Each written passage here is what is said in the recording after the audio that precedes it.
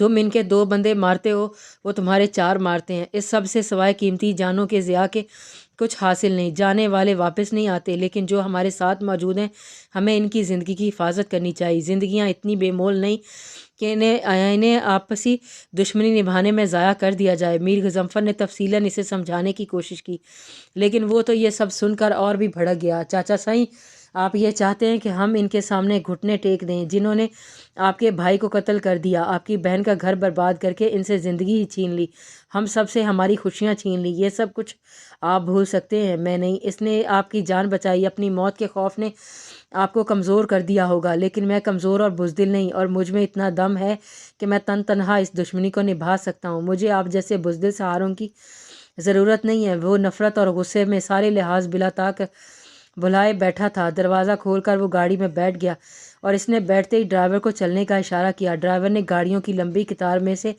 بڑی مہارت سے گاڑی نکالی۔ میر غضنفر نے اسے دوبارہ مخاطب نہیں کیا تھا، کیونکہ وہ جانتے تھے اس کے غصے اور اس دشمنی کو ہوا دینے والے خود انہی کے بھائی میر جعفر تھے، جو خود نہیں چاہتے تھے کہ کبھی یہ دشمنی ختم ہو۔ جاری ہے۔